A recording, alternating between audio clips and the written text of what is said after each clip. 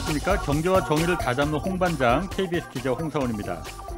어떻게 추석 연휴 잘 보내고 계시는지 모르겠습니다. 코로나로 모든 게 예년과 같지는 않겠지만은 그래도 넉넉하고 또 풍요로운 그런 추석이길 바라는 마음만큼은 크게 다르지 않을 거라고 봅니다. 넉넉한 한가위를 맞아서 오늘과 내일 추석 특집으로 농업은 미래다를 준비했습니다. 기후변화와 식량 문제 등이 사회 문제가 되면서 농업이 다시 주목받고 있고 미국 실리콘밸리에서는 2000년 전후의 닷컴 붐을 잇는 차세대 비즈니스로 농업을 꼽기도 했습니다. 그래서 오늘 첫 시간에는 한국 농업의 경쟁력은 무엇인지 또 미래의 농업이 나아갈 길은 무엇인지 좀 자세히 알아보겠습니다. 남재작 한국정밀농업연구소장 모셨습니다. 안녕하세요. 네, 안녕하세요. 예, 남재작입니다.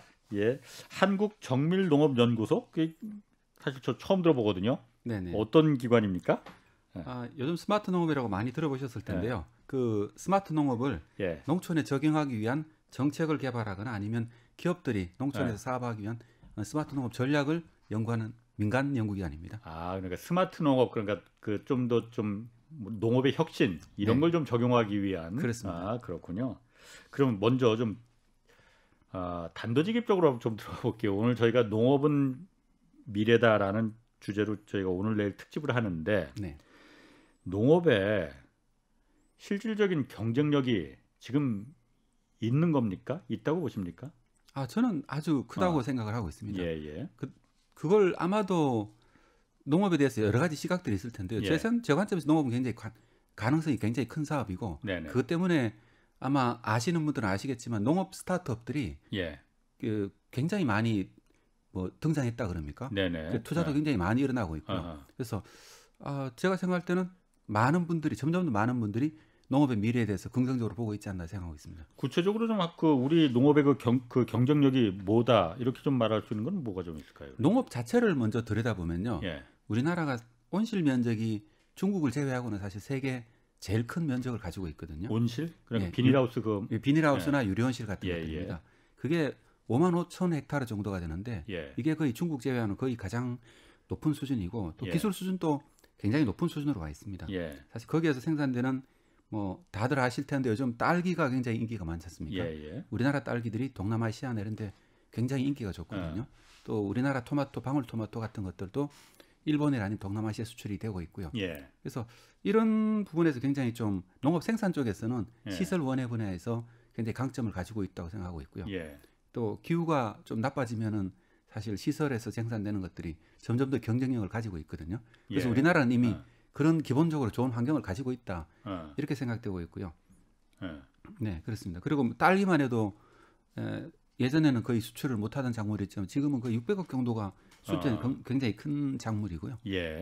그 외에도 또 우리나라 농업의 또 긍정적인 면 중에 하나는 농업 연구기관들이 굉장히 강하다 그럽니까?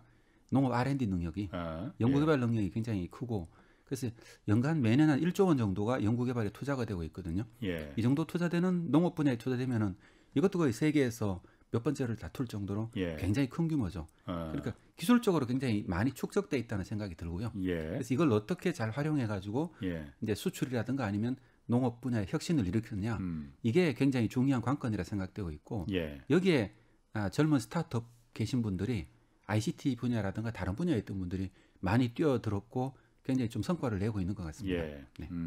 그러니까 우리가 흔히 말하는 그 농업하면은 먼저 이미지가 떠오르는 게 벼농사, 쌀농사거든요. 그러니까 그 분야 말고도 그러니까 다른 그런 것도 아까 말씀하신 대로 딸기 농사나 이런 부분에 대해서 굉장히 좀 기술적인 그리고 좀 강점을 갖고 있다 이렇게 보면 되는 건가요? 그렇죠. 네, 그렇습니다. 왜냐하면 일반 국민들이 대부분 농경지를 보시면은 들판에 가면 대부분 벼를 가장 손쉽게 보지 않습니까? 그걸 농업이라고 우리 생각합니다. 그렇죠. 근데 실제로 그 벼가 이제 가장 농산물 중에는 가장 큰 비중을 차지하고 있거든요.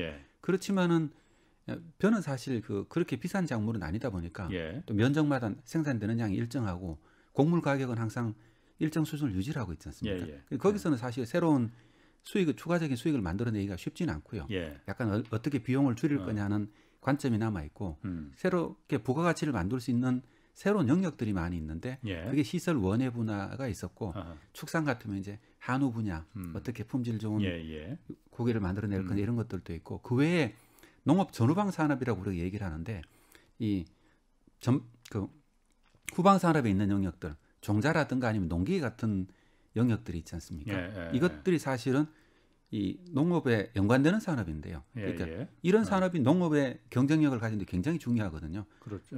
그래서 일반 국민들이 농토를 바라볼 때는 참 멈춰 있는 것 같지만 실제로 이 후방 산업에서는 굉장히 큰 혁신이 일어나고 있고 대부분의 R&D가 이쪽에 다 투자되고 있거든요. 그 뒤에 농기계 이런 것도 그러니까 같은 농업 산업이겠네요. 농업 산업의 일부이고요. 그리고 종자 시장이 굉장히 크지 않습니까?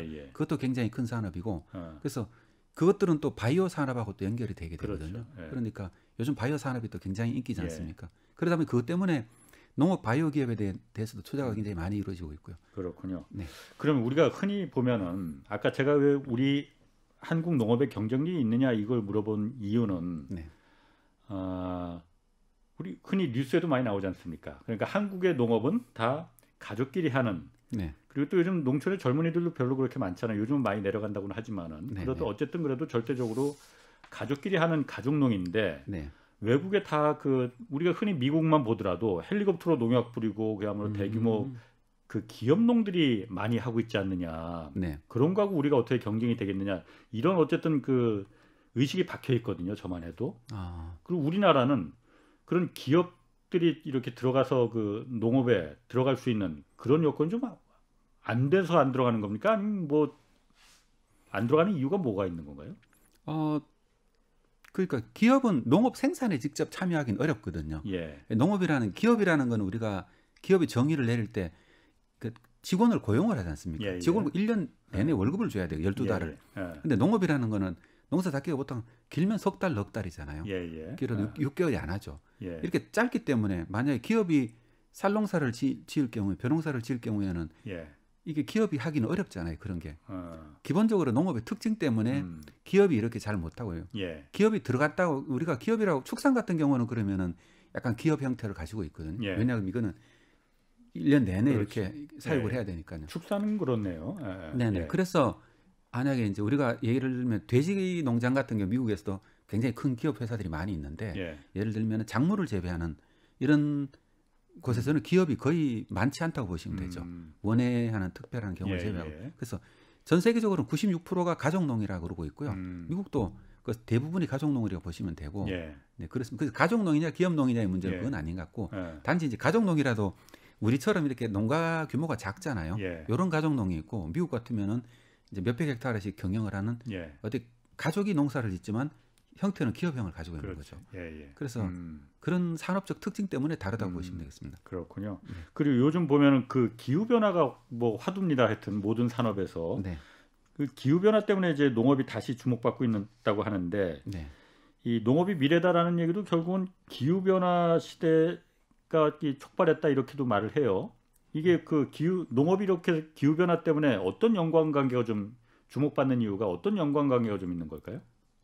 근본적으로 이제 예전에 우리나라에 2014년도인가 짐 로저스란 세계적 투자자가 와가지고 서울대 강의에서 여기서 뭐 트랙터를 몰 수 있는 사람이 있느냐 이러면서 이 농업이 미래다 이렇게 한번 한 적이 있었잖아요. 그래서 외국의 투자자들이 농업이 미래다라고 얘기한 거는 이미 오래 전부터 되어 왔었고 굉장히 많이 했었죠. 그리고 또 다른 산업에 비해서 농업의 특징들이 있는 게 농업의 제일 유명한 기업 중에 하나가 카길이나 아니면 이런 기업들 있지 않습니까? 뭐 세계적인 메이저 곡물 회사들이 있어요. 그렇죠. 그런 회사들은 이게 주식 공개도 안 하는 가족 기업인데 주식 공개라면 이 도요타 회사보다 그 정도 레벨의 회사인데도 주식 공개도 안 하고 가족 회사가 있는데 알짜 회사라고 하죠. 그렇죠. 100년이 훨씬 넘었고 앞으로도 100년 후에도 200년 후에도 계속 남아 있을 회사가 이제 그 농업 회사들인 거죠.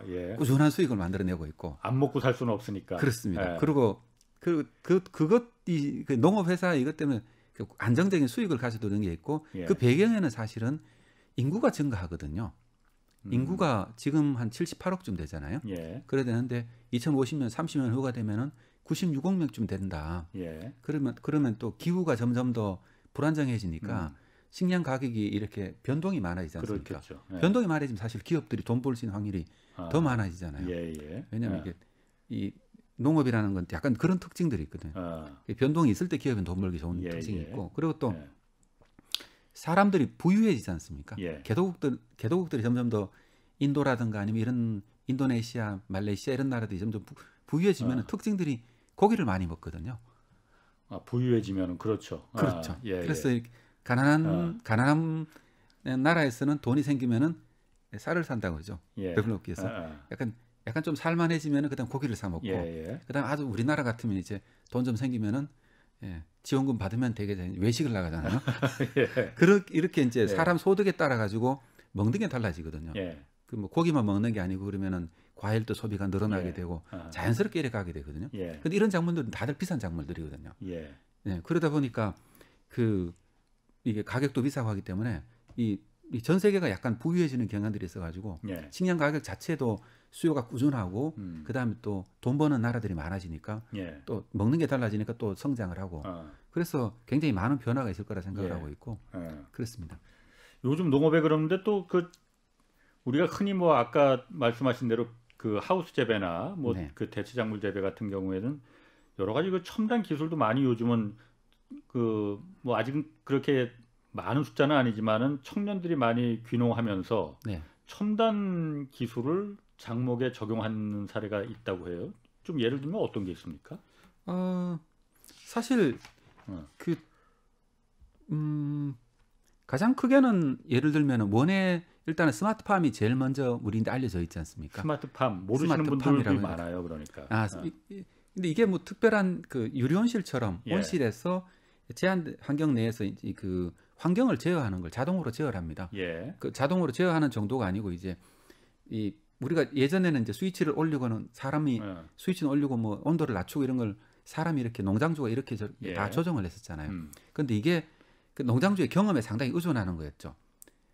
그런데 예를 들면 이 스마트팜이라는 거는 사람의 경험을 어떻게 보면 프로그램으로 옮겼다고 보시면 되죠. 그래서 그런 제어를 컴퓨터 프로그램에서 알고리즘에서 이렇게 하게 만들었습니다. 우리가 보통 그거를 AI 인공지능이 이제 그럼 이제 환경을 제어하는 이런 방식으로 간 거죠.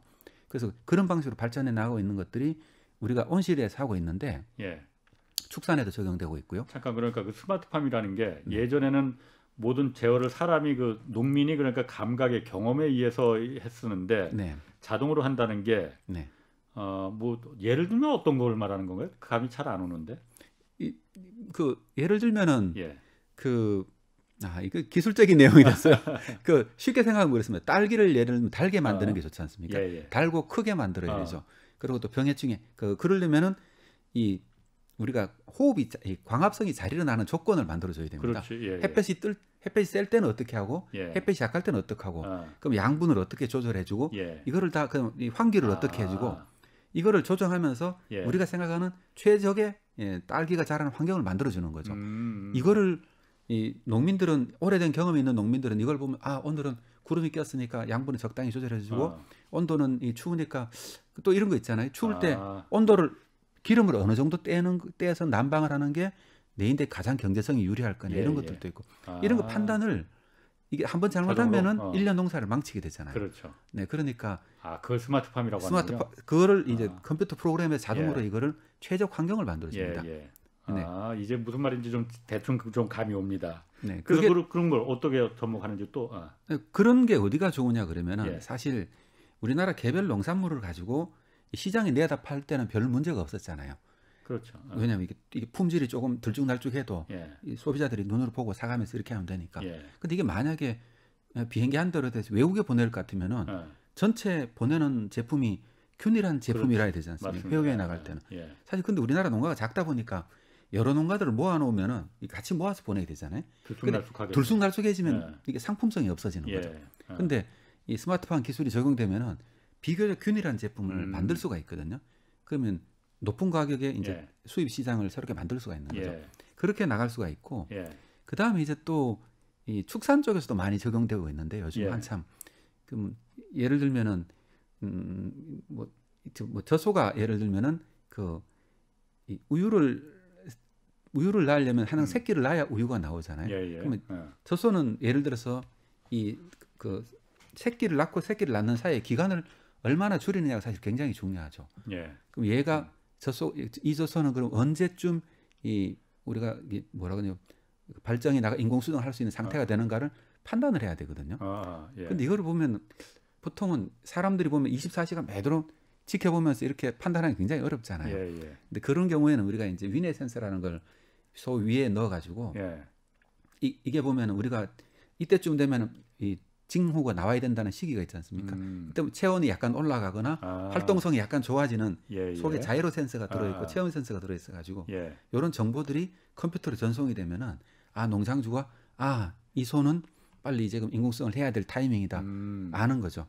만약에 그러니까 그런 그 센서를 위에 넣어서 그 소의 그 젖소의 그 배란 시기 같은 걸 이제 다 알아낸다 이거죠. 그렇죠. 그거를 온도가 변하고 이 시기가 보면 며칠 사이에 있을 거라는 걸 다 예측할 수 있는데 그럼 요 시기랑을 딱 아는 거죠. 하루 이틀 사이가 넘어가 버리면은 또 한 달을 기다려야 되거든요. 이러니까 그럼 한 달 동안 그냥 사료만 먹고 아무것도 안 하는 게 되잖아요. 그래서 그런데도 활용되고 있고요. 그다음에 그런 온도, 체온 변화 같은 거나 움직임 같은 걸 이게 매번 컴퓨터에서 모니터링이 자동으로 되거든요. 그러면 이 소가 아프다 안 아프다 하는 것도 이렇게 다 이렇게 찾아낼 수 있습니다. 그런 기술들이 되면은 예를 들면은 소가 질병이 생겼는지 어디 문제가 생겼는지 이런 것들을 금방금방 알 수 있으니까 전염병을 예방하거나 아니면은 이 소의 생산성 일반적으로 우리가 이 생산성을 굉장히 크게 높인다 그러죠. 그래서 한 30% 정도 이렇게 생산성을 높인다는 얘기인데 이 얘기는 뭐 소 10마리 가지고 있는 농가는 한 13마리, 4마리 정도의 효율을 가지는 것처럼 만들 수 있는 거죠. 그러면 그런 어쨌든 아까 스마트팜이나 그 젖소의 이것도 우리가 축산 스마트팜이라고 얘기합니다. 축산 스마트팜이나 이런 것도 뭐 그 외에도 여러 가지가 있겠지만은 그런 기술을 일단 쓰려면은 좀 농민이 좀 젊어야 될 것 같은데요. 다 그게 일반적으로 지금 우리 농촌에 적용되는 건 아닐 테죠. 그거를 지금은 현재 그런 기술들이 사실 농업의 ICT가 접목된 게 역사가 그리 길지 않지 않습니까?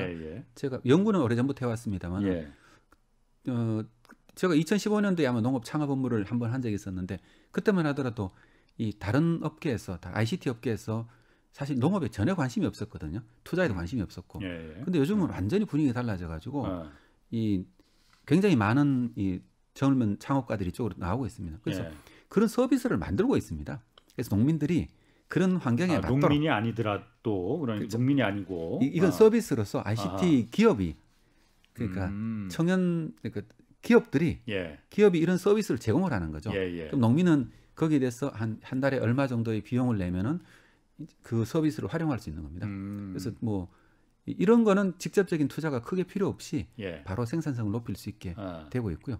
아마도 지금은 아직까지 많은 농장이 그렇게 많은 농장은 아닌데 정부 정책이나 여러 가지를 보고 있으면은 한 5년 10년 내에 대부분의 농가들이 아마 이런 기술들을 다 활용하지 않을까 생각하고 있습니다. 지금 말씀하신 거 들어보면은 사실 굉장히 좀 우리가 생각하는 그런 옛날의 그 농업 경영 방식 그런 건 아닌 것 같아요. 그러면 그런 기술을 도입하려면은 내가 만약 농민이다 하면은 그걸 내가 좀 도입하고 싶은데 일단 어떻게 해야 되는 거 또 그 좀 뭘 고려해야 될 점 같은 거 있을 거 아니에요. 그런 걸 좀 말씀해 주신다면 어떤 게 있을까? 농민 입장에서는 사실 그 분야에 일단 축산 같으면 기본적으로 약간 규모가 크고 정보가 굉장히 풍부한 뭐라면 직원들도 있고 하니까 크게 문제는 없는 것 같아요. 이미 경영적 판단을 통해 가지고 축산 같은 경우에는 기술을 도입할까? 왜냐하면 축산은 농가는 규모가 꽤 크거든요.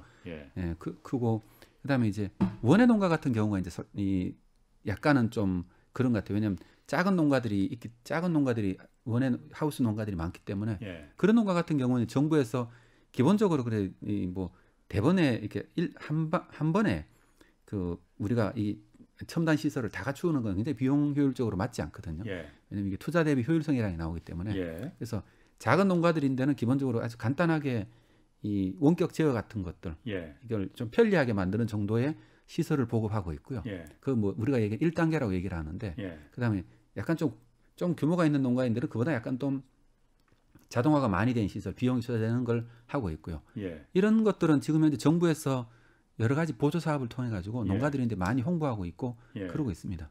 그럼 아까 말씀하신 그런 스마트팜이나 이런 거로 만약 이 하우스를 재배하거나 그 작물을 재배하면은 기존보다 아까 말씀하신 한 30% 정도 아까 말씀하셨던 게 30% 정도가 더 수입이 늘어난다고 했잖아요. 네, 축산 같으면 그렇다는 거죠. 축산 같은 그럼 일반 뭐 아까 말씀하신 딸기나 뭐 과일이나 이런 거 같은 경우는 어떻습니까? 그런 경우도 그런 게 확 눈에 띌 정도로 늘어나나요? 그럼요. 예를 들어서 옛날에는 토마토 같은 경우는 옛날에 비해서 이제 이 하우스에서 재배를 할 경우에는 그 노지에서 재배할 때보다 한 50% 정도가 늘어났다고 얘기하거든요. 50% 정도 수확량이 그러니까 요즘은 토마토를 노지에서 재배하는 농가는 거의 없어져 버렸죠.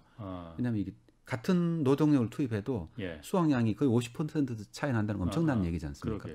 그리고 거기다가 예를 들면 스마트팜 기술이나 이걸 적용하면은 생산량이 또 한 3배 정도가 그보다 또 3배 정도가 늘어나는 거죠. 50%도 아니고 3배가? 3배 정도가 늘어나고 있고요. 아마도 그러니까 도시에 계신 분들은 상상을 잘 못하실 건데요. 그러니까 아마 그 토마토를 재배하는 스마트팜을 직접 가보시면은 지금 보시던 농업하고는 전혀 다를 겁니다. 그냥 토마토가 일단은 보통 사람들은 키가 허리쯤 오는 걸 생각하잖아요. 그러니까 보통 우리 키보다 2-3배 정도 더 큰 토마토 나무들이 있죠. 그러니까 한번 직접 현장에 가보시면은 농업이라는 게 어떻게 바뀌었구나. 왜 사람들이 스마트팜으로 가고 이렇게 비싼 이게 지붕이 높은 유리온실을 짓고 하는지를 직접 눈으로 보지 않으면 사실 믿기 어렵죠. 그래서 지금 그리고 실제로는 농진청에서 개발한 어떤 아주 선도 농가라고 얘기하는 것에서는 수확량이 뭐 6배 정도까지 늘어나거든요. 노지에 비해서요. 그러니까 6배. 같은 면적 단위로 지금 6배까지 7배까지 늘어나기 때문에 그러니까 우리가 그러니까 예전의 농업 현장에서 봤던 거하고는 많이 다르다고 보시면 됩니다. 그러니까 젊은 사람들이 요즘 그 귀농해서 농업을 직으로 삼는다는 기사를 가끔 보는데 그런 어떤 생산성이나 수입이 되니까 하는 거겠군요. 그렇죠. 젊은 청년 같은 경우에는 그래서 귀농도 여러 가지 형태들이 있지 않습니까? 약간 연세 있으신 분들은 이제 약간 그 생활 때문에 삶 때문에 약간 가는 거고 청년들 같은 경우에 사실은 유유자적한 삶을 살자고 농촌에 가는 그런 것도 있겠지만은 소득이라는 게 굉장히 중요한 역할을 하잖아요. 그렇죠. 예를 들면 그런 그 초기 단계에서는 약간 청년이 농촌에 갈 경우에는 정부 융자 지원이라든가 기술 지원 같은 게 상당히 많이 포함되어 있거든요. 아마 주변에 알아보시면 정보를 많이 얻으실 텐데요. 그럴 경우에는 예를 들면은 초기에 유료온실 같은데 투자금이 꽤 많이 들어갑니다. 꽤 많이 들어가긴 하는데 30억에서 50억 정도가 이제 농장 하나를 지으면 면적에 따라 다른데요. 요즘은 그 정도까지 이 융자 지원을 해주는 것도 있거든요. 그러니까 농업이 30억, 50억이라면 융자를 받는다 하더라도 만만치 않은 그 금액인데. 네, 그렇죠. 그러니까 농업도 예전에 땅 조금 사서 이렇게 하는 농업은 큰 자본이 안 들어간 땅값이 물론 비싸긴 하죠. 그렇지만은 자본이 크게 안 들어갔잖아요. 근데 요즘 농업은 예를 들어서 좀 어느 정도 소득을 만들어내려 그러면 그 정도 자본 투자가 되고 그걸 가지고 몇 년 동안에 어떻게 회수할 거냐. 약간 비즈니스화 돼가고 있다고 보시는 게 맞죠. 그런 첨단 농업에서는. 그렇군요. 그 얘기는 뭐 저희가 내일 또 이제 그 실제로 귀농한 젊은 분들 좀 모셔서 좀 얘기를 한번 들어보려고 하거든요. 그러니까 뭐 그 경험담은 내일 한번 저희가 좀 들어보는 거로 하고 우리가 뭐 흔히 농업 선진국, 뭐 농업 강국 하면은 흔히 말하는 게 뭐 네덜란드, 뭐 호주, 미국 이렇게 말한단 말이에요. 이런 선진국들 농업에 우리하고 다른 점 뭐라고 말할 수 있어요? 거기는 왜 농업 강국이 된 건가요, 그러면은? 우리나라도 원예 산업이나 축산 같은 경우에는 선진국하고 굉장히 많이 닮아가고 있거든요. 사실 우리나라가 농업 전문가들이나 농민들이 네덜란드나 독일이나 정말 많이 벤치마킹이란 여행으로 굉장히 많이 갔었죠. 저희 텔레비전 그 프로그램에서도 많이 만들었어요. 맞습니다. 농업 강국은 뭐 거기는 덴마크는 어떻게 해서 낙농 강국이 됐나? 낙농 강국. 그래서 기본적으로는 이 자본 투자가 많았다고 농촌 지역에 그 자본 투자가 많았다고 보는 게 맞는 것 같아요. 그래서 농업을 선진국형 산업이라고 얘기를 하는데 그 얘기는 농업을 뭐 선진국이라야 농업을 잘할 수 있다 뭐 이런 뜻도 되는데 왜 그러냐 그러면은 농업은 인프라 수준하고 거의 비례를 하거든요. 인프라 수준이 얼마나 뛰어나느냐가 그 나라의 얼마만큼 농업의 경쟁력이 있나를 나타내는데 어떤 인프라를 말씀하시는 겁니까? 일단 뭐 시설이 일단은 좋아야 되고요. 아까 말씀하신 그런 스마트팜 뭐 그렇죠. 이런 시설, 축사 같은 인프라? 시설, 물론 기후대도 좋아야 되는데 그런 것도 좋아야 되고 그 다음에 그 유통 시설부터 이런 것들이 전반적으로 다 갖춰줘야 되는 거죠. 그래서 우리나라는 사실 이 외형적으로는 이제 선진국에 굉장히 근접해 가고 있다고 보고 있거든요. 근데 많은 개도국 같은 경우는 그런 게 전혀 안 되기 때문에 일단 도로망부터 수리 시설도 잘 안 되어 있고 하기 때문에 이제 약간 어려움이 있는 거고요. 그런 것 같습니다. 그리고 네덜란드 같은 나라들은 또 이 유럽 농업은 약간 다른 것들이 이 우리나라는 이렇게 이 뭐 대륙에 면해 있긴 하지만 약간 섬나라처럼 돼 있잖아요. 그렇죠. 농산물 수출하려면 비행기를 타거나 배를 타야 되는 거죠. 근데 유럽 같은 경우는 이 트럭으로 다 왔다 갔다 하는 이런 나라가 되다 보니까 각 나라별로 뭐라 그럽니까? 최적화된 어떤 생산 체계를 가지고 경쟁력이 있는 부분에 집중 투자를 했다는 게 있는 것 같아요. 네덜란드 같으면은 원예 산업이나 화훼 산업에 집중 투자를 했고 덴마크 같으면 축산에 집중 투자를 했고 독일 같으면 이제 약간 대규모 하는 축산이나 이제 곡물 산업들, 프랑스 같은 것들 이런 쪽에 이게 집중 투자를 해가지고 그런 농업들을 만들었는 것 같아요. 근데 우리나라는 이제 이 시장이 제한돼 있고 그런 게 없다 보니까 이 좁은 농경지 내에서 모든 걸 다 갖춰야 됐었지 않습니까? 그러다 보니까 이제 규모가 여러 가지 품목을 하다 보니까 규모가 작은 농가들이 많이 있을 수밖에 없거든요. 그렇죠. 그게 이제 아마 규모가 그래서 저는 선진국하고 가장 큰 차이라고 생각합니다. 절대 규모가 그러니까 너무 잘게 나눠져 있기 때문에 시너지 효과를 못 낸 거다. 그렇죠. 아무래도 투자 대비 그리고 또 이 농기계는 굉장히 비싸거든요. 그렇죠. 트랙터 같은 경우는 5천만 원, 뭐 1억씩 하고 이렇게 하는데 부착기까지 붙이고 하면은 근데 그런 정도의 자본 투자를 하려 그러면은 예를 들면 규모가 좀 있어야겠네. 규모가 있어야 이게 투자 효율성이 나오잖아요. 근데 우리 농가들이 전반적으로 작다는 게 아직까지 문제였고요.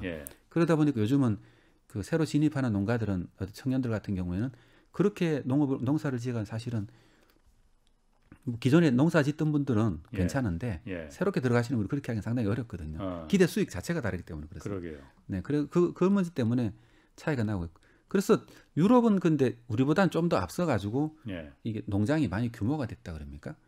그래서 유럽은 5%의 농업 이렇게 얘기를 하긴 하는데 무슨 5%의 농업? 그래서 쉽게 생각하면은 유럽은 그러니까 평균적으로 보면은 아주 큰 약간 우리가 50헥타르 이상의 농가인데 규모로 치면은 5%의 농가가 50%의 생산을 하거든요. 농업 생산의 50%를 5%의 농가가 하고 있고 규모가 워낙 크다는 거군요. 규모가 큰 가족농인 거죠.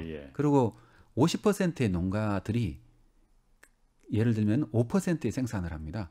그러니까 뭐냐 그러면 이 농업이라는 게 이게 가격을 위주로 하는 이런 그 대량 생산 농업하고 그다음에 아주 소농들이 같이 공존을 한다고 보는 게 맞죠. 왜냐하면 농업이라는 게 식량 생산의 기능도 있지만은 농촌 생태계 유지라든가 여러 가지 기능들을 같이 하지 않습니까? 그렇죠. 농촌 관광이라든가 이런 걸 하는 농가들이 이게 굳이 크게 농사를 지을 필요가 전혀 없지 않습니까? 그래서 아마도 그래서 우리나라도 앞으로 미래 인구 구조를 보면은 그런 식으로 그 정도까지는 아니라고 생각하는데 이게 양분화되어 갈 거라 생각을 하고 있거든요. 일본 같은 경우도 유럽에 거의 근접해 가고 있거든요. 그래서 우리나라는 대농 기준을 한 3헥타르 이상 정도로 보는데 약간 큰 규모의 농가들 통계적으로 분류할 때요. 일본 같으면 30헥타르 이상의 농가를 보는 거죠. 예를 들어 우리보다 한 10배 정도 커졌더라고요. 유럽 같으면 한 50헥타르 정도 이상으로 보고 있고. 그래서 아마도 우리도 일본의 예를 비슷하게 따라간다 치면은 아마 그런 식으로 이렇게 이 크게 하는 농가들과 그리고 약간의 뭐라 그럽니까? 이 농업에서 육사산업이라든가 여러 가지 고부가가치 농업을 하는 농가들 이런 식으로 분화가 이루어질 거라 생각하고 있고 아마 농업에 진출하시는 분들은 내가 어떤 농업에 더 맞는가 이제 전략적으로 선택할 수 있지 않을까 생각하고 있습니다. 이 방송 듣는 분 중에서도 귀농 생각하시는 분 많이 있을 거예요. 그러니까 네네. 은퇴를 앞두고 계신 분들도 그런 생각을 하시는 분들 당연히 있을 테고 젊은 분들도 요즘 취준생들도 뭐 이게 취업 잘 안 되고 더더군다나 뭐 요즘 그러니까는 귀농 그 농촌에서 농업을 이제 직업으로 이제 삼는 분들 꽤 있는 것 같아요. 네. 그럼 그 소장님께서 좀 그 아까 말씀하신 대로 아까 유럽은 5%의 농업이라고 뭐 하셨잖아요. 네. 대규모면 당연히 수입도 훨씬 더 많을 거예요. 그 대신 투자금이 워낙 많이 들어가겠죠. 네. 어떤 걸 좀 권하시겠습니까? 근데 우리나라는 현실적으로는 아직까지 소농이 중심이거든요. 예. 1헥타르 한 3헥타르 사이에 그 소농들이 아직까지는 우리나라가 아주 중심을 차지하고 있고 예. 토지 가격이 우리나라 굉장히 비싸지 않습니까? 그렇죠. 그러다 보니까 많은 토지를 구입하기가 사실은 쉽지 않습니다. 그 토지 가격 때문에요. 그래서 그 문제 때문에 이 큰 농업을 하는 건 어렵고요. 그러다 예. 보니까 대부분 새롭게 진출하시는 분들은 축산업도 약간 다르거든요. 예. 약간 기술이 필요하고 그렇죠. 이게 일반인들이 접근하기가 약간 장벽이 그렇죠. 좀 있고요. 예. 그러니까 그쪽으로 가실 분들은 먼저 축산 농장이라든가 이런 걸 한번 경험해 보시는 게 좋고, 근데 일반인들이 이게 청년들이 아마 가장 손쉽게 농업에 접근할 수 있는 게 그 온실 같아요. 유리온실 같은 이런 첨단 원예 산업인 거죠. 그래서 아마도 요즘 그 농식품부에서 스마트팜 혁신밸리라는 사업을 통해 가지고 그런 사업 단지를 전국에 4개를 만들었거든요. 굉장히 큰 단지를 만들어서 농민들이 그 청년들이 있는데 일정 부분을 분양을 해주고 그 1년 정도 이렇게 직접 경영을 할 수 있도록 해주는 프로그램들도 있고요. 그러니까 스마트팜 단지를 조성을 해서 그 일정 부분을 갖다가 좀 이렇게 나눠서 그러니까 일종의 임대 같은 걸 해주는 임대 거예요, 같은 그러니까. 거죠. 그리고 거기서 경험을 자기가 직접 새롭게 하기보다는 거기 와서 일정 정도 교육을 받고 그다음 다른 농장 가서 실습도 해보고 그다음에 거기서 임대를 받아가지고 한 1년, 2년 정도 경영을 하는 거죠. 그래서 직접 농부가 돼보는 겁니다. 그렇게 해보고 물론 약간 300평 이상 되기 때문에 그런 다음에 이제 자기가 판단을 해서 예를 들면 그동안 인적 네트워크도 좀 쌓이고 할 거 아닙니까? 그동안에 또 어디 가서 농토도 좀 구하고 시설 투자금도 좀 마련하고 그렇게 해서 독립할 수 있도록 이런 지원 제도들을 가지고 있고, 의성군에서도 경북 의성군에서도 지자체 소멸 얘기가 많이 나오니까 의성군이 1순위 아니에요? 맞습니다. 그래서 거기서도 그런 프로그램을 진행했었고요. 그래서 그 아마 그 가장 많이 선호되는 작물이 딸기 같습니다. 딸기 같고 현재는 딸기 같고 그래서 저도 남들이 이런 걱정을 하더라고요. 저도 한번 가서 물어보면서 딸기가 이렇게 많이 생산되면은 갑자기 가격 떨어지는 거 아닙니까? 이렇게 물으니까 그거를 하시는 분이 이렇게 얘기를 하더라고요. 우리나라 딸기 농장들이 사실은 이 연세 드신 분들이 비닐하우스에서 많이 재배를 했었잖아요. 지금 다들 그러고 있거든요. 근데 그 연세 드신 그 딸기 농가들이 이제 물러나죠. 이렇게 농사를 짓기가 어려우면은 농사를 그만 짓는 농가들이 계속 나오는데 새롭게 짓는 딸기 농가 그걸 못 쫓아가는 거죠. 그러니까 시장 수요는 걱정할 필요가 없다. 당분간은. 왜냐하면은 농업이 기회일 수 있다고 생각하는 게 이 농촌 고령화가 굉장히 농민으로 치면 50%가 넘었고 농장주로 치면 60%가 넘었거든요. 65세 이상이. 그러니까 은퇴농들이 굉장히 많아집니다.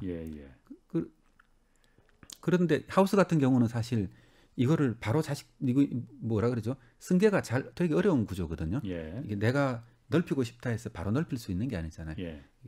사람 손이 많이 필요하니까요. 그러니까 대개 다 완전히 농장이 사라지는 경우가 많아버린 거죠. 그러니까 아마도 이런 지금이 딱 베이비 부머 세대들이 딱 은퇴할 시기하고 맞물려 가지고 이런 변화가 일어나는 시기라 그럽니까? 이 변화가 일어나는 시기에 젊은 사람들이 농업에서 기회를 잡을 기회가 더 많지 않을까? 그러니까 딸기가 암만 많이 뛰어든다 하더라도 은퇴하는 은퇴농들이 많이 지금 생기는 시점이니까 그 걱정은 안 해도 된다. 당분간은 그 걱정할 필요 없다고 얘기를 하고 있고, 또 그거를 담당하시는 분들은 보면은 이 딸기가 충분히 수출 경쟁력이 있다고 얘기를 하거든요. 왜냐 품종 우리나라가 특히 연구비 투자가 굉장히 많다고 말씀드렸잖아요. 그러다 보니까 품종 개발이 굉장히 세계 넘버원 수준이거든요. 딸기 품종이 세계에서 가장 좋은 품종들을 만들어내고 있습니다. 우리나라에서 경쟁력이. 그러다 보니까 앞으로도 당분간에 시장 수요가 있을 것 같고요. 아마 이 첨단 시설 원에는 그래서 당분간은 계속해서 농촌 쪽에서 커져갈 거다 이런 생각을 하고 있습니다. 그렇군요. 아까 그런데 좀 말씀하시기를 청년들이 그러니까 그 농촌으로 귀농을 한다고 해도 농지값이 워낙 지금 비싸졌잖아요. 사실 이 얘기 안 할 수 없습니다. 그러니까 어쨌든 농지는 농민만이 소유할 수 있다고 헌법엔 박혀 있잖아요. 네, 그렇습니다. 근데 실제로 그렇지 않잖아요. 요즘 정치인들 보면은 잘 말 안 해도 잘 아실 테고 그 농업 분야에 계시니까 실제 농민들 그런 거 보면 그런 뉴스 그런 거 보면서 어떻게 느끼십니까? 좀 농담처럼 들릴 수 있습니다만은 예. 그 많은 국민들이 농업에 많은 관심을 가져가지고 예. 한편으로는 고맙게 생각을 하지만은 그 농업이 아니지. 관심이. 네, 그래서 그런 관심을 예. 직접 땅을 사는 관심보다는 직접 왜냐 그러면 말씀드렸듯이 농업이라는 것도 옛날처럼 이렇게 우리가 이 밭을 일구고 낭만적인 농업이 아니잖아요. 예, 예. 이게 글로벌 경쟁이 굉장히 치열하게 일어나는 예, 곳이고 그리고 또 이 기후 변화에 대응해가지고 예. 안정적으로 식량을 생산해야 되는 어떻게 보면 공적 자산으로 볼 수 있는 거죠. 예. 그런 공적 자산으로 볼 수 있기 때문에 예. 만약에 농업에 관심이 많으시면은 농업에 관련되는 스타트업들이 많거든요. 예. 이런 데 투자를 좀 해주거나 예. 아니면 농촌에서 청년들이 이렇게 새롭게 6차 산업이라고 하는 관광이라든가 여러 가지 농촌 체험 프로그램들 많이 운영하고 있거든요. 예. 농촌에 빈집 가지고 단기간 임대해주는 예. 그런 사업도 굉장히 많고 그래서 농촌을 경험하거나 농촌에서 머물 수 있는 기회는 굉장히 많으니까 그쪽으로 좀 많은 관심을 가져주시면 고맙겠다 싶습니다. 뭐 그쪽 관심을 가졌으면 좋겠다는 건 그냥 농담으로 제가 받아들이고 청년들이 가서 좀 그 귀농해서 좀 해보려고 하더라도 이미 외지인들이 땅값을 잔뜩 올려놨으니까 네. 그런 그 땅 일단 농토가 있어야만이 농사를 또 지을 거 아니에요. 그렇습니다. 네. 그러면 그런 부분에 대해서 좀 이게 뭘 고쳐야 지금 법에는 어쨌든 농민만이 농지를 소유할 수 있게끔 돼 있어요. 네. 그런데도 실제로 그렇지 않지 않습니까? 네, 그렇습니다. 농촌 내려가 보면 네. 뭘 고쳐야 됩니까 이거? 너무 어려운 주제라서 이게 토지라는 문제는 사실 예. 이 예전에 토지 제도가 만들어졌을 때는 농민이 80%이던 시절에 이게 경제법이 있을 때는 경제 유전 원칙이라는 것들이 예, 해방 직후에는 농민이 거의 7, 80% 정도 됐었지 않습니까? 예. 그런 시절에 만들어진 경제 유전의 원칙이라는 거거든요. 예. 근데 지금은 이제 농민이 한 4%, 5% 되는데 일단은 그게 여러 가지 견해들이 있는 거죠. 예. 그러면은 그리고 또 이 현재 일단은 이 농가들이 고령화되면서 또 대부분의 자식들이 도회지로 나왔잖아요. 그렇죠. 도회지로 나오면서부터 유산이 상속되면서부터 소유주가 거의 농경재 절반 정도가 외지인 소유가 되어버린 거죠. 자식들이 물러지면서 도회주로 나간 그 아들딸들이 상속을 받게 되니까요. 이런 문제가 있어가지고 그렇게 되어버렸고, 근데 그 아들딸이 다시 들어와서 농사 짓고 싶은 마음이 있을 수도 있잖아요. 많은 분들이. 그러다 보니까 이 사실은 토지 문제가 잘 해결이 안 되고 있거든요. 그래서 아마도 농업계에 나오는 의견들은 정부가 점점 더 이제 많은 토지를 이게 구매를 수용한다 그러니까. 그러니까 그런 농지를 근데 정부 예산이 제한돼 있으니까 비싼 농경지를 다 살 수는 없을 거고 아마 뭐 그 농경지를 가지고 점점 더 이렇게 농어촌공사에 지금 위탁하는 제도가 있거든요. 농어촌공사에 위탁을 하고 농어촌공사가 그걸 가지고 농사 짓는 실제 사람들인데 이렇게 아주 저렴한 가격에 임대를 해주고 있습니다. 그런 것들이 점점 더 활성화되면은 실제로 농사 짓는 분들인데 농지가 저렴한 가격에 농사가 할 수 있지 않을까. 이런 제도적인 걸 하고 그게 필요하지 않을까 생각했고, 네 그렇습니다. 알겠습니다. 아까 그 농업 뭐 기술 얘기 잠깐 했었는데 우리도 예전에 왜 그 녹색혁명이라고 뭐 있었잖아요. 그러니까 통일교 뭐 만들고 그래서 그때 농업이 그 혁명적인 뭐 기술 발전이 있다. 그거는 지금 녹색혁명이라는 게 뭔지 좀 저도 좀 아슬한데 어떤 거였었나요, 이게? 녹색혁명이라는 거는 우리나라에서는 1970년대에 일어난 통일벼를 가리켜서 녹색혁명이라고 얘기를 하거든요. 그래서 73년도에 그 통일벼 종자 보급을 정부에서 적극적으로 시작했고 그것들이 전국적으로 보급되면서 생산량이 한 2배 정도 훅 늘어났다고 얘기해요. 많이 늘어난 것은 한 30, 40% 정도 늘어났죠. 그렇게 한 300kg 정도 생산하던 땅에서 500kg, 600kg를 생산했거든요. 한 2배 정도 늘어난 거죠.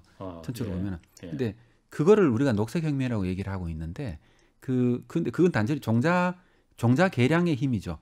그것만 가지고 얘기하는 건 아니고 그 이전에 이 농산물을 생산하려면 비료가 필요하지 않습니까? 비료를 생산하기 위해서 우리나라가 화학 공장을 많이 지었잖아요. 50년대, 60년대, 70년대 화학 공장을 많이 지었었고 거기서 화학 비료가 많이 생산될 때는 300만 톤까지 생산이 됐었거든요. 지금은 100만 톤이 생산이 안 되는데요. 왜냐하면 이게 농경지도 줄어들고 하기 때문에. 근데 최전성기 때는 300만 톤까지 생산을 했었고 그 다음에 이제 병해충 방지한다고 농약이 많이 보급됐었고 이게 70년대 이렇게 고투입 농법을 하면서 생산량을 늘리던 시기, 폭발적으로 생산 늘리던 시기를 우리가 녹색혁명이라고 얘기합니다. 지금 말씀하시는 거 보니까 그 농약이나 그 질소비료 이런 비료 같은 거는 어쨌든 부작용도 많이 있었을 것 같은데 그 당시에 그러면은. 그렇죠. 결국은 그 당시는 사실 환경에 대한 개념이 잘 없었을 때였으니까요. 근데 그 뭐 침묵의 봄이라는 책이 나오면서부터 농약에 대한 위해성이 이게 퍼져 나갔고 이런 것들은 그 한 70년대, 80년대 우리나라 80년대쯤 돼서 이제 환경 문제가 제기됐었고요. 그래서 결국은 질소 비료를 많이 쳤는데 그 요즘 기후 변화 얘기를 하잖아요. 근데 질소 비료가 땅에 들어가면 일부가 아산화질소로 대기 중으로 날아가면서 기후 변화를 일으킨다고 얘기를 하고 있거든요. 그런 환경 문제를 일으켰고 또 질소 비료 중 일부는 하천으로 흘러가가지고 부영양화라는 걸 일으켰고요. 농약이라는 것들은 나오면서 생태계에 약간 그 이게 교란을 많이 시켰죠. 그것 때문에 이 친환경적으로 어떻게 재배할 것인가 하는 기술들이 90년대부터 농업 쪽에서 꾸준히 되어 왔고 지금 또 아마도 탄소 중립이라는 얘기들 많이 들으셨을 텐데요. 그걸 하기 위해서는 어떻게 질소 비료를 줄일 거냐, 어떻게 가축 분뇨의 영향을 줄일 거냐, 어떻게 하면은 농약을 적게 쓰고 아니면 생물 농약들 있잖아요. 이런 바이오 제재를 써가지고 병해충을 방지하는 방식으로 할 거냐 이런 것들이 이제 굉장히 중요한 이슈로 떠오르고 있습니다. 그때 지금 말씀을 하니까는 제가 기억이 나는데 그 통일벼 있잖아요. 통일벼 요즘은 통일벼 안 심죠? 요즘은 안 심습니다. 왜 그 통일벼는 왜 없어진 거예요? 그거는? 그때 그것 때문에 그 만성적인 식량난 뭐 그 쌀 부족 해결됐다 뭐 그래서 그렇죠. 그랬었는데. 그 통일벼는 이 품종 자체가 그 우리나라 사람 입맛에 잘 맞지 않았거든요. 그 우리가 보통 인디카, 자포니카 이렇게 얘기를 하는데 통일벼는 그 월남에서 우리가 안남미 그러고 얘기를 하잖아요. 동남아시아 가면 길쭉한 살 있지 않습니까? 그 날아다니는 쌀. 네네. 그걸 기반으로 만들어진 살 품종이거든요. 그러다 보니까 우리나라 사람 입맛에 잘 안 맞았고요. 그리고 또 통일벼의 문제는 이 전국 토에 73년 전국 토에 동시에 통일벼를 다 심었거든요. 거의 다. 생산량이 많으니까. 근데 보통 사람들은 일반 벼를 단맛 좋은 벼를 심고 싶었는데 정부에서 못 심게 막았죠. 강제로 막 뽑아내고 뭐 이렇게 하면서 그러면서 그걸 전부 다 심었는데 통일벼의 단점 중에 하나가 냉해에 약하다는 겁니다. 날씨가 추워지면 이게 수확량이 확 떨어지거든요. 그리고 또 한 가지 작물을 쭉 심어 놓으면은 이게 병해충이 여러 작물이 있으면 먹으려 그러면은 이게 다르면 약간씩 이게 입맛에 따라 달라질 수 있잖아요. 근데 통일벼는 한 가지만 딱 심어 놓으면은 병해충이 번성하기 좋은 환경이 돼버린 거죠. 그러니까 위기에 약하다 그러니까 환경이 좋을 때는 생산량이 아주 좋은데 약간의 기온이 나빠지거나 그리고 병해충이 발생해버리면 수확량이 확 떨어지는 거죠. 그래서 아마도 우리나라에 그 78년도에 한번 그런 일이 있었고 결정적으로 이제 80년도에 그 대흉작이 한번 들었었잖아요. 살 수입한다고 난리가 난 적이 있었거든요. 그랬었나요? 그런 적이 있어. 그때 아마도 아마 거의 뭐 일주일에 한두 번씩 매번 비가 왔던 저도 어릴 때 기억이 있거든요. 그때 아마도 그때 아마 많은 사람들이 통일벼에 대해서 안 좋은 기억, 이 동남아시아 쌀에 대해서 안 가진 게 많이 가지고 있던 게 우리나라 그때 쌀을 수입해 왔는데 이 국제 쌀 시장이라는 게 이 유통되는 물량이 많지 않거든요. 옥수수나 밀에 비해 가지고 쌀을 수출하는 나라는 많지 않습니다. 그러다 보니까 수입할 수 있는 것이 별로 없잖아요. 그러다 동남아가 있었구만요. 동남아 아니면 미국 같은 몇 개 나라들이 심는데 그러니까 약간 묵은 살들이 왔을 거지 않습니까? 그때 재고미들이 바다 건너 이렇게 넘어왔으니까 이게 밥맛이 좋을 리가 없지 않습니까? 그렇죠. 네, 그것 때문에 안 좋은 기억들이 많이 남아 있던 것 같더라고요. 자, 그러면은 어쨌든 지금 농업의 경쟁력, 농업의 미래를 지금 얘기하고 있습니다. 그 투자 관점에서 봤을 때, 투자 관점에서 봤을 때 이 농업이 얼마나 좀 경쟁력이 있겠나, 그거 좀 궁금하거든요. 그러니까 투자적인 관점에서 봤을 때, 농업 생산 자체를 1차 산업에 투자한다는 건 사실은 좀 굉장히 어려운 것이거든요. 예를 들면요, 예를 들면서 벼농사를 짓는 분인데 우리가 투자를 할 수는 없는 거잖아요. 그걸 투자하는 업계에서는 별로 좋아하지는 않을 것 같거든요. 그렇죠. 수익량이 딱 정해져 있으니까.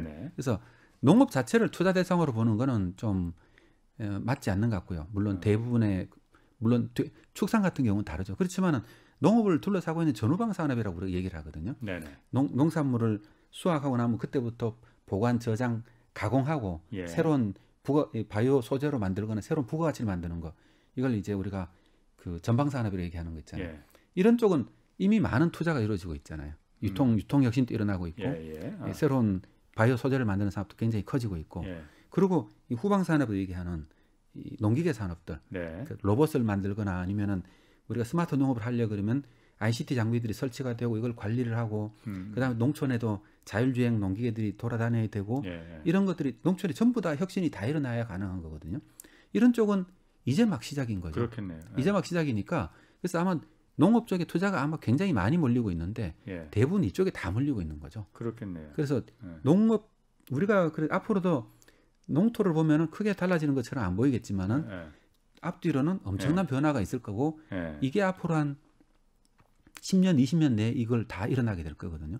그러니까 이 아마 여기에 초창기 산업들이지 않습니까? 아직 농업은 오래된 산업이지만 농업 전후방 산업들은 이제 기술 축적이 일어나서 막 산업화가 본격적으로 되려는 그 순간이기 때문에 이때 투자자의 관점에서 이제 이쪽으로 투자하는 게 굉장히 유용하겠다 싶은 생각이 듭니다.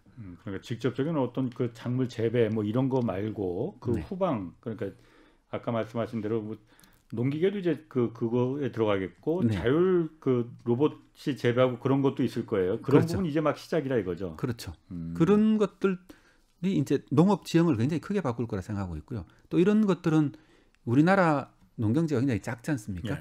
우리나라 농경지에서 우리나라 농업 환경에서 적용할 수 있는 거면은 전 세계 어디 가도 다 적용할 수 있는 거죠. 예를 들면 미국에 쓰던 농기계를 가지고 동남아시아에 적용할 수는 없지 않습니까? 규모가 다르니까. 근데 우리나라 농기계나 이런 것들은 어느든 다 적용할 수 있으니까 아마 이 그 글로벌 진출도 굉장히 크게 일어날 거로 예상을 하고 있습니다. 아까 그 자율주행 어떤 그 농기계들이 농사를 지을 수도 있다 뭐 얘기를 잠깐 하셨는데 그게 그럼 실제로 가능한 얘기입니까? 우리 농촌의 농업의 그 미래가 그 모습이다 이렇게 보여질 수도 있는 거예요? 그렇게 가지 않고는 사실 답이 없다고 생각하고 있거든요. 왜냐 사람이 하는 거로는 일단 그 농촌의 인구가 줄어들고 있고 점점 더 많은 사람들이 힘든 일을 잘 안 하려고 그러고 있잖아요. 그러다 보니까 우리나라만의 현상은 아니고 전 세계적으로 이게 공통적으로 다 일어나는 현상이거든요. 사실 유럽의 농사들을 서유럽의 농사를 동유럽 사람들이 되게 다 와서 이게 노동자로 와서 짓고 가거든요. 이게 전 세계적으로 다 그렇습니다. 우리나라도 마찬가지로 이 동남아시아에서 많은 분들이 와서 이주 노동자라고 계절 노동자들이 와서 그 농사를 많이 짓고 있죠. 근데 코로나 사태에 보듯이 갑자기 이제 이런 국경이 막혔을 때 전혀 예상하지 못하는 문제가 발생할 수 있지 않습니까? 그래서 농업이 안정적으로 생산 시스템을 유지하려 그러면은 어느 정도는 이제 그 인력을 줄일 수 있는 산업 구조로 바꿔 나가야 되거든요. 그러니까 그쪽 부분은 굉장히 큰 혁신이 일어날 거고 그 기술의 발전이라는 게 그러면 다시 농업 구조를 바꾸는 때가 올 거거든요. 기술의 혁신이 농업 구조를 바꾼다. 그렇죠. 그렇죠. 지금은 농업이라는 거는 그 농업이 우리나라 농업이 왜 이런 구조를 가지고 있냐 그러면은 결국 우리나라 농경지 구조나 아니면 인프라 특징들하고 그다음에 이런 것 때문에 이 기술 농기계 쓸 수 있는 농기계들이 제한되고 노동력 구조에 다 연관이 돼 있잖아요. 근데 이제 만약에 큰 하나의 이런 구조를 깨는 기술들이 만들어지고 있는 거죠. 저는 농업용 로봇 같은 경우는 일본 같으면은 2025년부터 이제 본격적으로 활용될 수 있을 거라고 얘기를 하더라고요. 지금은 연구되고 있는 것들은 아마 유튜브 보면 굉장히 많은 모델들이 나와 있거든요. 본격적으로 활용되는 시기가 2025년 정도로 보고 있으니까 그때부터는 일본 같으면 일본도 농업 구조 자체가 많이 변해갈 거고 우리나라도 따라서 이게 일본을 많이 벤치마킹하니까 따라서 같이 이제 동조화되어 갈 거라는 생각을 하고 있습니다. 농업용 로봇이라는 게 그 예를 들면은 뭘 말하는 겁니까? 그러니까 가장 먼저 요즘 활용되고 있는 로봇들은 이 로봇들이 유료온실 내에서 활용되는 것들이 많거든요. 우리가 만약에 이 딸기를 따거나 하면은 하루에 매일같이 사람이 매일 아침마다 따야 되거든요. 그래서 이거 포장을 해서 매번 도시로 실어내야 되는데 6개월 동안 그 일을 계속 해야 되는 거죠. 하루도 빠짐없이. 그런데 그런 부분을 로봇이 대신할 로봇이 수 있다. 밤새도록 따는 거죠. 이런 것들은 단순 작업이니까 그래서 딸기가 빨간 딸기, 뭐 파란 딸기를 구분해 가지고 이렇게 이게 속도는 느리지만 꾸준하게 움직이면은 사실 그런 것들이 이게 하우스 내에서 활용되고 있는 것들이고 그다음에 이제 노지에서는 트랙터 같은 것들 있잖아요. 예, 그런 부분도 가능할 수 있겠고. 네, 그렇습니다. 알겠습니다. 자, 오늘 말씀 감사합니다. 지금까지 남재작 한국정밀농업연구소장 함께했습니다. 고맙습니다. 네, 고맙습니다. 자, 여기까지 하겠고요. 내일 2부 있겠습니다. 내일 다시 찾아뵙겠습니다. 지금까지 경제와 정의를 다잡는 홍반장 홍사원의 경제쇼였습니다.